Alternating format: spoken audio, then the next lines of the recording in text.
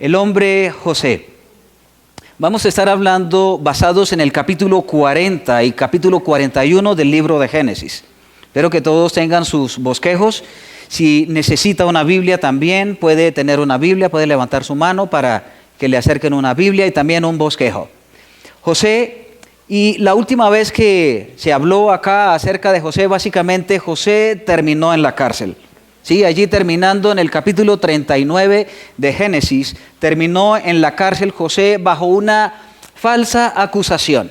Y allí entonces comienza otra etapa en la vida de este hombre llamado José. Mientras estuvo en la cárcel, hablando un poquito en el capítulo 40 de Génesis, nos dice la Escritura que dos hombres, dos oficiales del rey de Faraón fueron enviados a la cárcel porque cometieron una falta. Y allí entonces los envió el faraón. Y preciso se encontraron con José. Estando allí en la cárcel, el guardia, el jefe de la cárcel, le encargó a estos dos personajes, a estos dos oficiales. Uno era el copero del rey, el otro era el panadero. Se los encargó a José y José básicamente estaba bajo el cuidado y el servicio y la protección de esos dos oficiales del rey. En una oportunidad, estos dos oficiales tuvieron un sueño. Cada uno tuvo un sueño y cada sueño tenía un significado completamente diferente.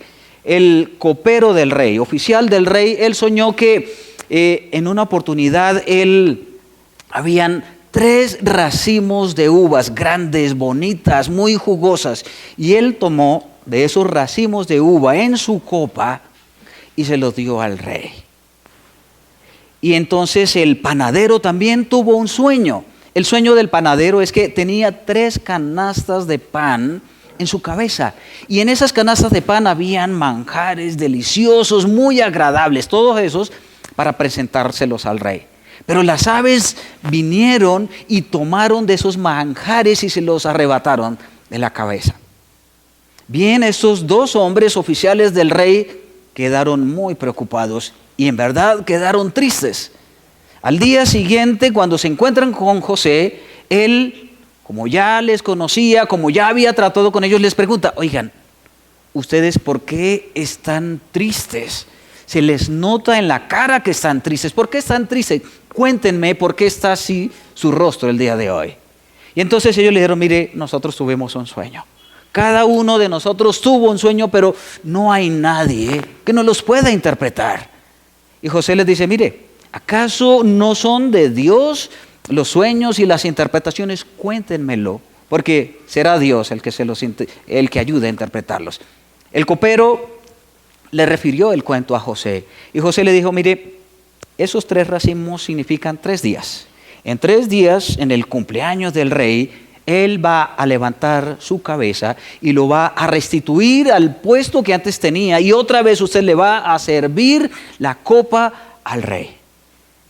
El panadero, contento también con la interpretación del sueño que le hizo José al copero, le dijo: mire, aquí está mi sueño. Y entonces José, con toda la honestidad del caso, le dice: mire, esos 3 días significan, esos 13 canastas significan también 3 días. En 3 días el faraón va a levantar su cabeza. Eso significa que iba a revisar su caso otra vez. Iba a revisar su caso e iba a dictar una sentencia definitiva. Dijo: en 3 días el faraón va a levantar tu cabeza y usted va a ir a la horca y va a morir. 2 sueños, 2 interpretaciones diferentes.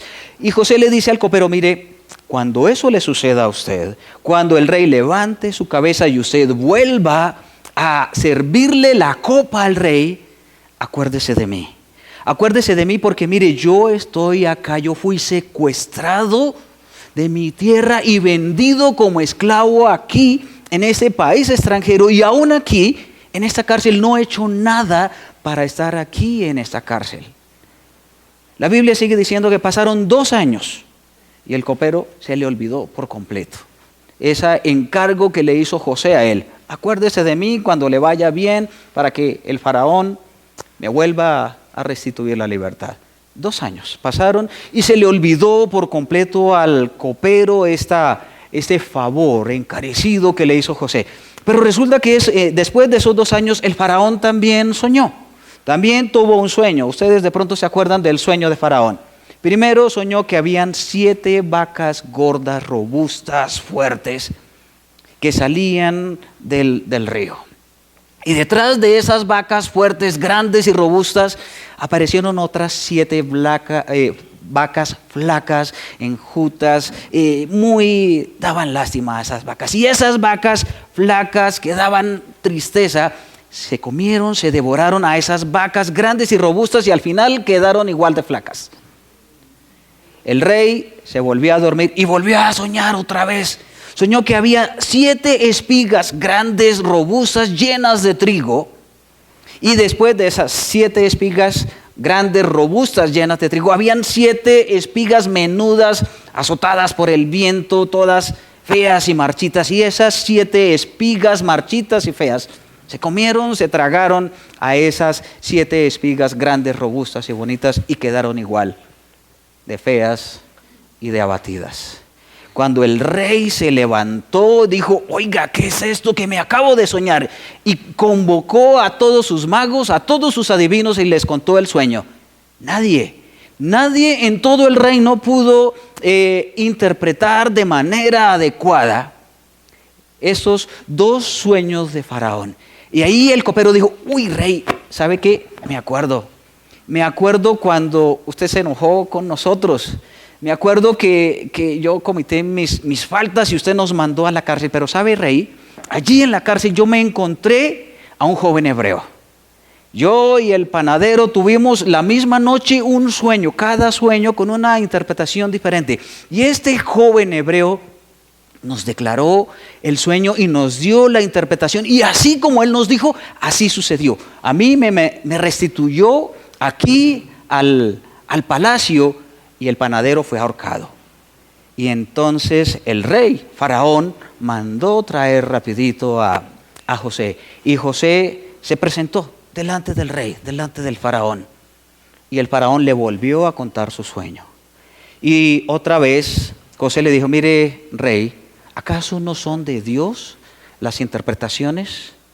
Ese sueño que usted tuvo realmente, o esos 2 sueños realmente es el mismo sueño. Y al soñarlo 2 veces quiere decir que es un asunto muy importante que Dios ha querido revelarle a usted, oh rey. Esas 7 vacas grandes, robustas, bien parecidas, y esas 7 espigas grandes y bien llenas de trigo representan 7 años. 7 años de abundancia, donde va a haber mucha abundancia en todo el país de Egipto. Y esas 7 vacas flacas, enjutas, y esas 7 espigas representan que después de esos 7 años vendrán otros 7 años de tanta escasez, de tanta necesidad, que en comparación con la abundancia de los 7 años anteriores, va a parecer como si no hubiese pasado ninguna abundancia. Y entonces, y le dijo además José, y al repetir 2 veces el sueño, Dios le está indicando a Faraón que es algo de suprema importancia y de gran énfasis. Entonces Faraón también le dijo: bueno, ¿y aquí qué? Entonces José le dijo: mire, usted debe buscar a un hombre sabio que quintee o que coloque y divida la tierra de Egipto por parcelas, y que cultiven todo lo que se pueda y que recojan en graneros toda la abundancia de cosecha, para que cuando lleguen los 7 años de necesidad, todo el país pueda sobrevivir y haya abundancia. Y coloque administradores en cada ciudad y puedan vender posteriormente esa gran provisión. Y Faraón dijo: bueno, ¿a quién más vamos a encontrar un hombre tan sabio en quien more el Espíritu de Dios, sino a ti? Y entonces nombró a José como la persona más importante después de él en todo el reino. Esa es la historia de José, capítulos 40, capítulos 41. Basado en esa historia real, verdadera, sucedió mucho tiempo antes de Cristo, vamos a hablar acerca de el poder de Dios para restaurar una alma afligida. ¿Por qué hablamos del poder de Dios para restaurar una alma afligida?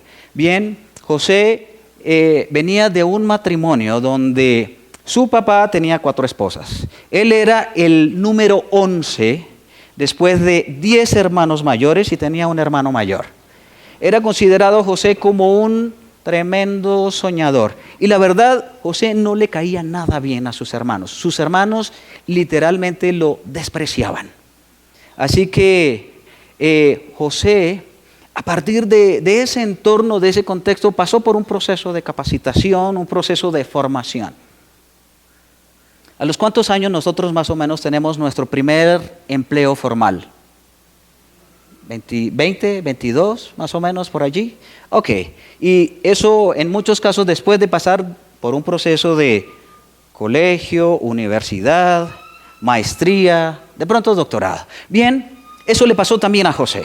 José terminó, digámoslo así, su bachillerato y sus hermanos realmente lo graduaron con honores. Le hicieron una ceremonia. Y la ceremonia es que lo hicieron desaparecer. Lo enviaron becado a la Universidad de Egipto, con un tiquete solo de ida, sin regreso. Lo mandaron allá y allí en Egipto realmente José empezó a estudiar, por así decirlo, y él estudió lo que es administración y finanzas en casa de Potifar. Allí él fue el administrador y el financiero de la casa de Potifar y le fue extraordinariamente bien a Potifar a causa de José. Pero tuvo que salir de allí porque hubo bullying, hubo acoso laboral, acoso sexual, y tuvo que salir de allí. Así que continuó sus estudios e hizo una maestría en administración carcelaria y administración de personal. Por varios años estuvo entrenándose José en administración carcelaria. Y al final, los 2 últimos años, José hizo un doctorado en interpretación de sueños y divinidades. A los 30 años se graduó este hombre. No por voluntad propia, sino porque Dios en ese momento lo graduó y le dijo, ahora sí, estás listo para la obra que yo te voy a encargar. 13 años. Graduado de pronto con honores bajo una condición de capacitación, entrenamiento no nada gratos para muchos. Pero allí tenemos a José. Pero algo muy importante que quiero resaltar en esto son algunos pasajes muy importantes. Y lo primero que les quiero mencionar es que nosotros somos usados por Dios aún en medio de nuestras pruebas. Miremos lo que dice aquí en el libro de Génesis 40, versículos del 4 al 8. Leámoslo allí en nuestra porción. Dice, el capitán de la guardia se los asignó, esto es al copero y al panadero, se los asignó a José y él les servía. Y estuvieron bajo la custodia por algún tiempo.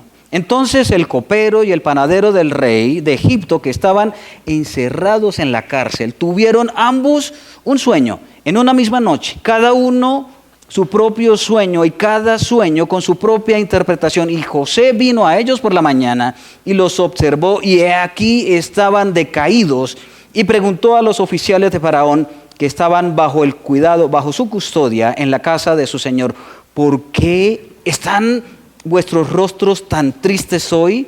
Y ellos le respondieron, hemos tenido un sueño y no hay quien lo interprete. Entonces José les dijo, ¿no pertenecen a Dios las interpretaciones?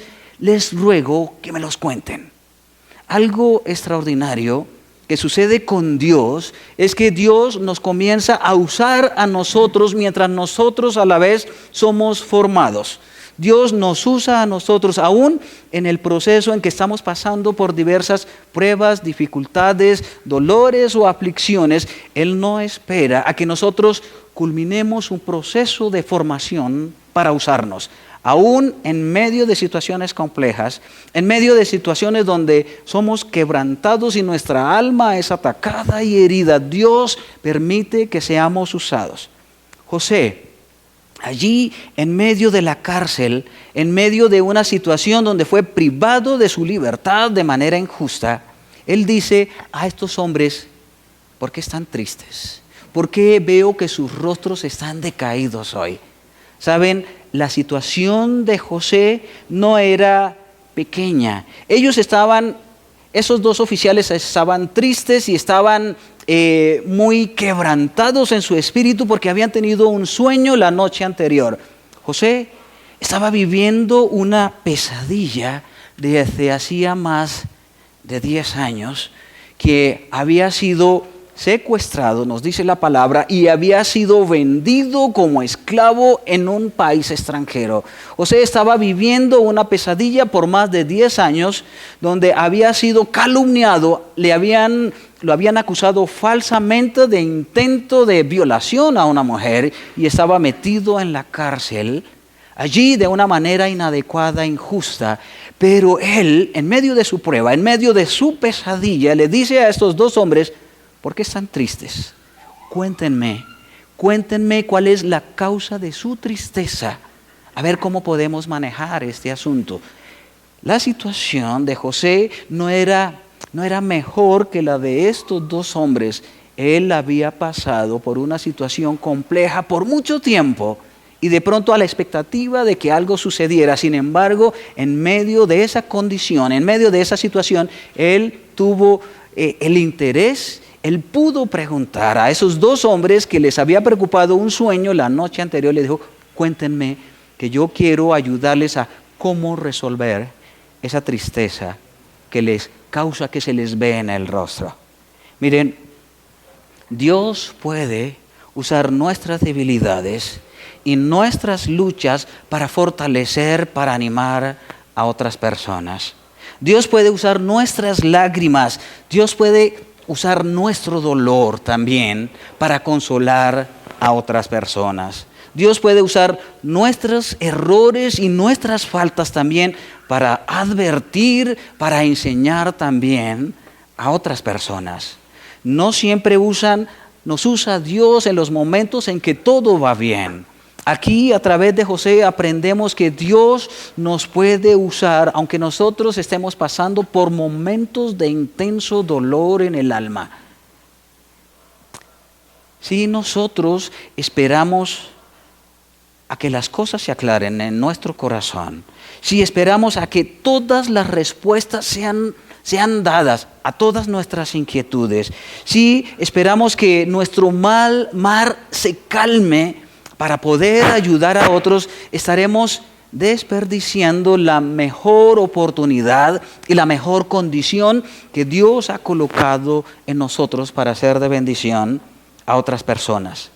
El apóstol Pablo no esperó a salir de la cárcel para escribir sus mejores y mayores cartas de ánimo a las iglesias. Él no esperó a decir: un momentico, esto aquí está muy complicado en esta cárcel, espere que salga de la cárcel para empezar a escribir. En medio de la cárcel él escribió las mejores cartas de ánimo a las iglesias.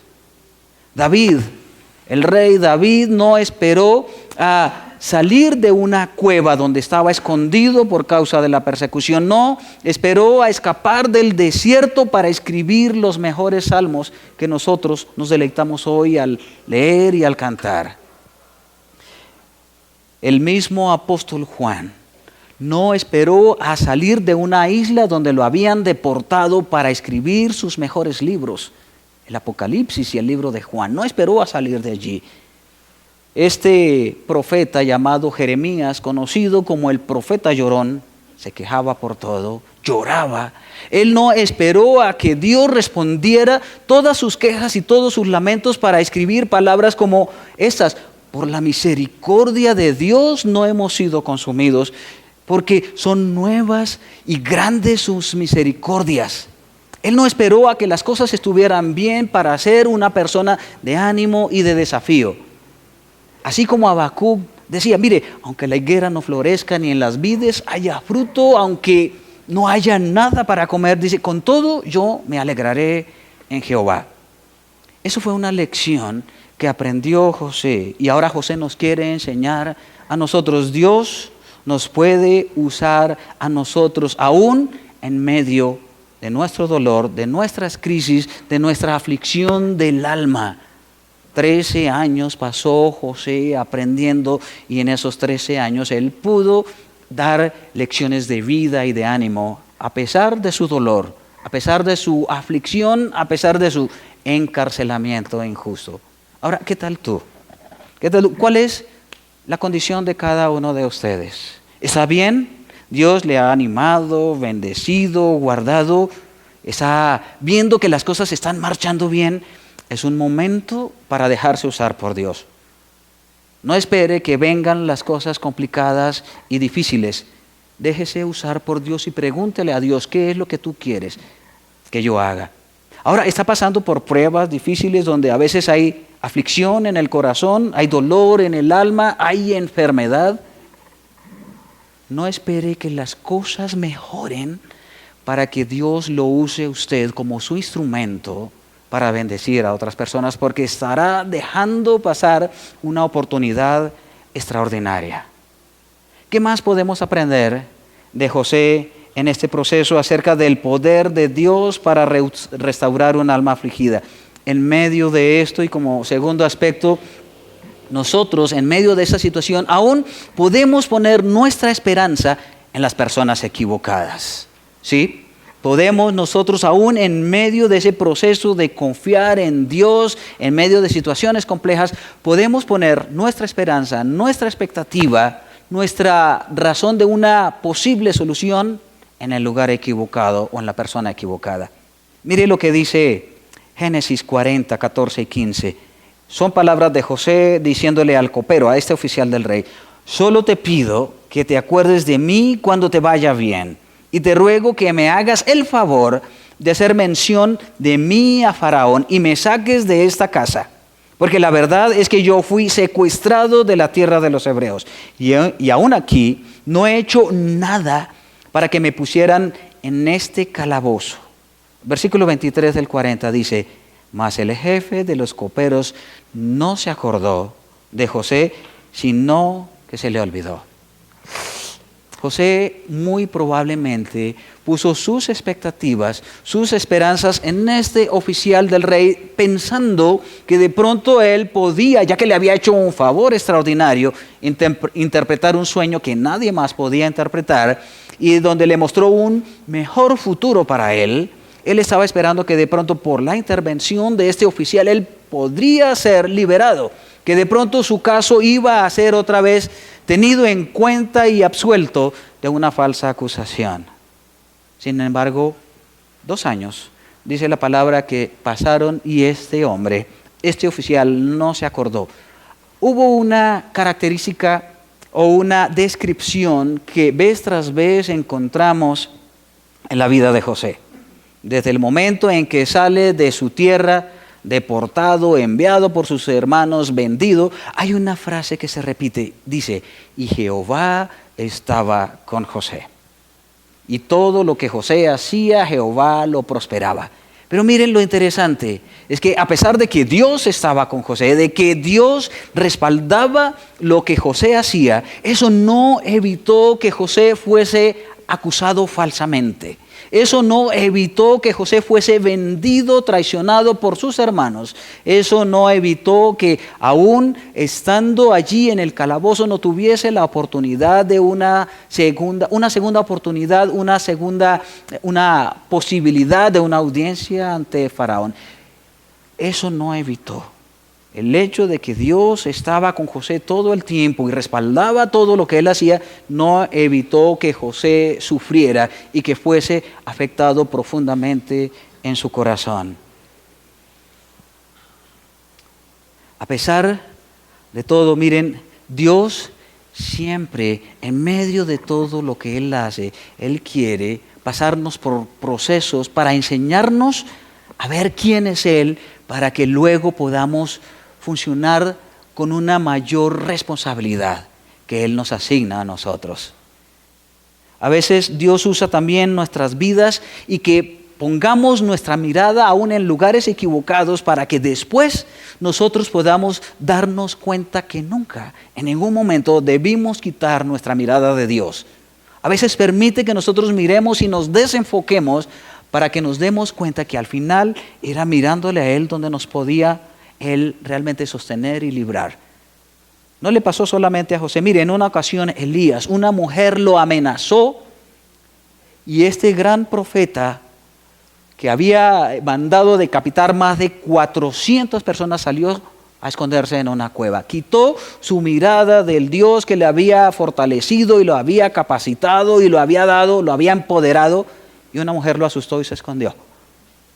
En otra ocasión, también Pedro, este apóstol impetuoso que era de armas tomar para los que sea, se iba hundiendo en el mar de Galilea, casi se hunde, casi se ahoga porque quitó la mirada de Jesús al ver el fuerte viento y la tormenta y se iba hundiendo y tuvo que clamar, Señor, sálvame. Pero también David nos dice la palabra que empezó a mirar lo que no debía y miró una mujer muy bonita, pero era casada. Y eso, como consecuencia, muchos años después casi le cuesta el reino. ¿Te ha pasado a ti? De pronto has desviado tu mirada de Dios y has puesto la mirada en otra cosa, por las amenazas, por los vaivenes de la vida, por las incertidumbres de la vida, por la salud o por muchas otras cosas. Suele pasar, más frecuente de lo que estamos dispuestos a reconocer. ¿Qué hacemos entonces? Yo creo que nos toca volver a reenfocar nuestra mirada en Dios. Mire, otra vez José le dijo a este oficial del rey, solo te pido que te acuerdes de mí cuando estés con Faraón, porque yo estoy aquí de manera injusta. 2 años, como les dije, duró ese encargo de José en cumplirse. 2 años. Este hombre no se acordó ni por un momento de José, pero ¿saben qué pasa con nosotros? No hay un solo día, no hay un solo segundo en que Dios no se acuerde de nosotros. No hay un solo momento en que Dios no piense en nosotros. No necesariamente tenemos que sentirlo, no necesariamente tenemos que experimentar algo extraordinario para saber que Él está con nosotros, pero no hay un solo momento, no hay un solo día en todos los días de nuestra vida como sus hijos en que Él no se acuerde de nosotros. Las personas fallan, las personas fallamos, nos podemos olvidar, de hecho nos olvidamos muchas veces de muchas cosas, pero Dios no. Y fue algo que José pudo aprender. Puso sus ojos de pronto en alguien que le quedó mal, pero lo que pudo aprender es que Dios en ningún momento se olvidó de él, aunque por mucho tiempo sus circunstancias no cambiaron. Eso no significaba que Dios lo había olvidado. Eso no significaba que Dios se había desentendido de él. Dios piensa en nosotros, en ti y en mí, todos los días. Todos los días. El poder de Dios para restaurar una alma afligida. ¿Cómo se manifiesta eso?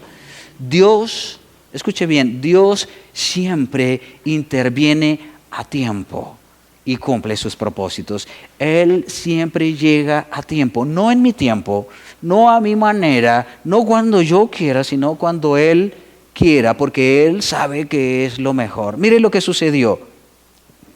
Cuando José se presenta a Faraón y le presenta un plan, una estrategia para enfrentar esos 7 años de abundancia y esos 7 años de escasez. Mire lo que dice Faraón.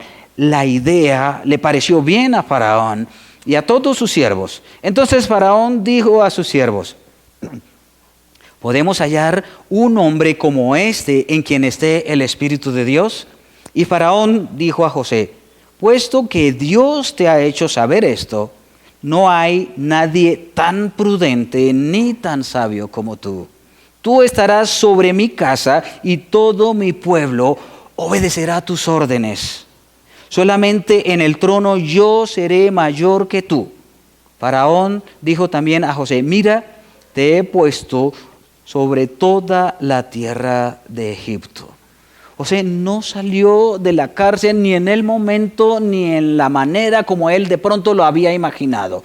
No salió de pronto cuando a través de la gestión de las personas que él de pronto tenía la expectativa de qué sucedería.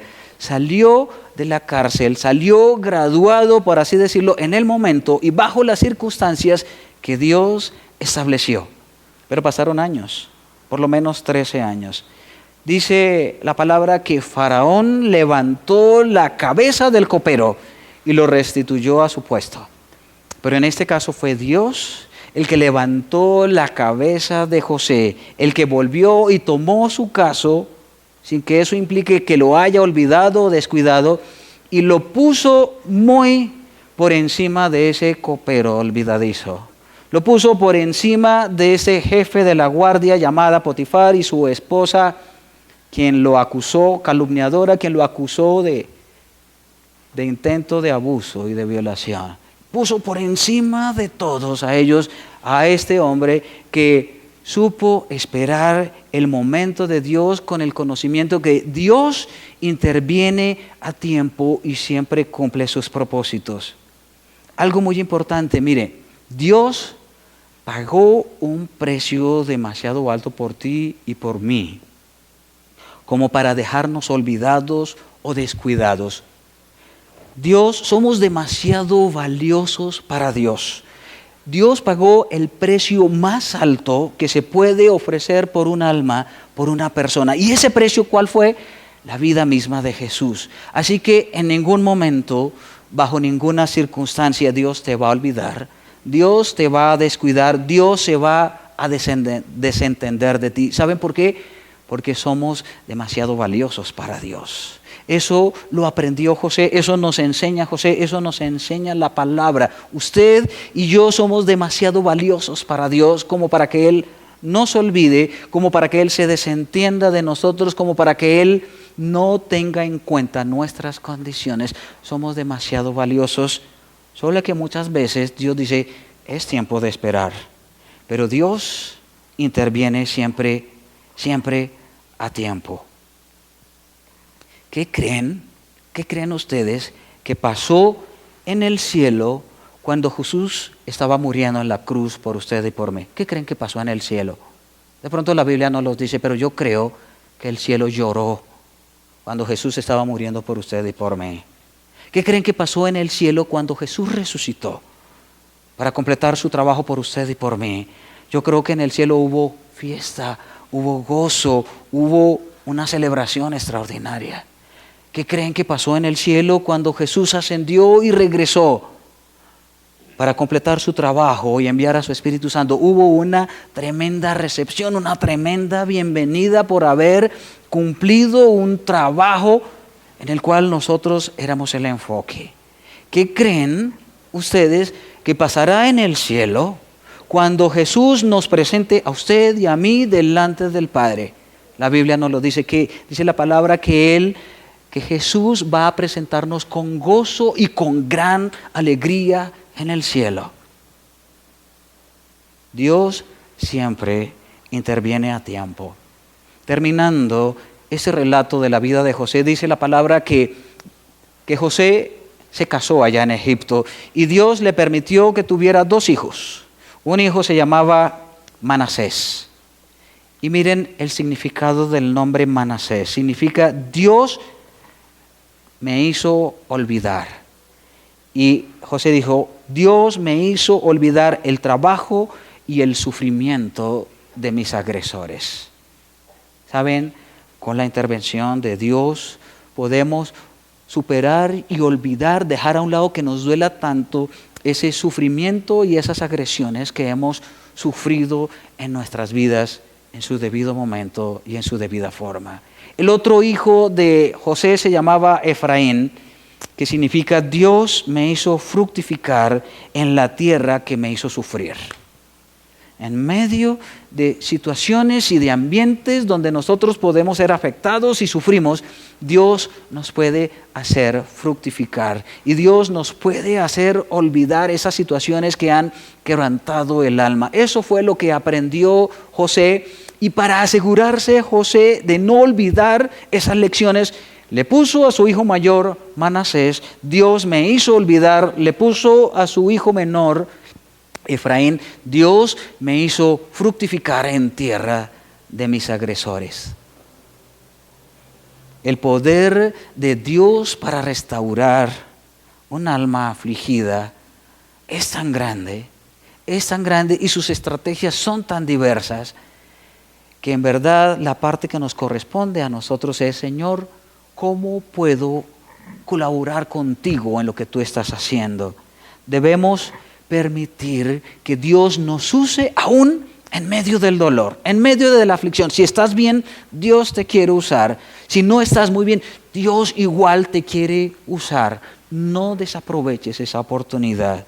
Dios nos ayuda a enfocar nuestra mirada, porque nuestra tendencia es a mirar a otro lado que no conviene, pero Dios nos ayuda a reenfocarnos.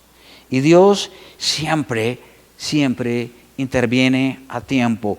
Somos demasiado valiosos para Dios como para que Él nos descuide. Somos la mejor y la mayor inversión de Dios. Y Dios no descuida sus inversiones, porque Él es un excelente inversionista. Siempre invierte a largo plazo y siempre mira más allá y siempre está otra vez inyectando más y más para que nosotros podamos dar el resultado, el interés esperado por Él. Mire lo que dijo David en este salmo. Dice, muchos dicen acerca de mí, Dios no lo librará. Y la respuesta de David fue, pero tú, oh Señor, eres escudo alrededor de mí, eres mi gloria y el que levanta mi cabeza. Que sea ese también su versículo. Dios es nuestro escudo, el que revisa nuestro caso. Eso significa levantar la cabeza. Revisa nuestro caso cada día y nos lleva cada vez más a una roca que es más alta que nosotros. Les dejo este reto para terminar. La próxima vez, y es probable que esa próxima vez sea ya, o que ya haya pasado, pero normalmente tienden a regresar. La próxima vez que pases por una situación difícil, miren, la parte que nos corresponde es descansar en la soberanía de Dios y confiar en Él, así le duela el alma. Confíe en Él, en su soberanía. Él sabe lo que hace, así le duela el alma. Padre, gracias por tu amor. Gracias porque eres un Dios bueno. A veces la verdad es que no te vemos tan bueno, porque no te conocemos.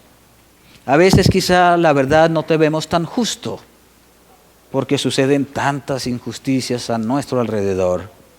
A veces no te vemos ni siquiera tan misericordioso ni tan amoroso. Pero Padre, tus planes son tan diversos, tan variados, tan sorprendentes y tan extraordinarios, que siempre resultas con algo mejor para nosotros de lo que esperábamos. Nos corresponde a nosotros descansar en ti, cualquiera que sea nuestra condición y nuestra situación. Ayúdanos, Señor. No siempre es fácil, pero contamos con el respaldo y con la ayuda de tu Espíritu Santo y con la participación del Señor Jesucristo en nuestras vidas. Gracias, Padre, en Cristo Jesús. Amén. El Señor les bendiga.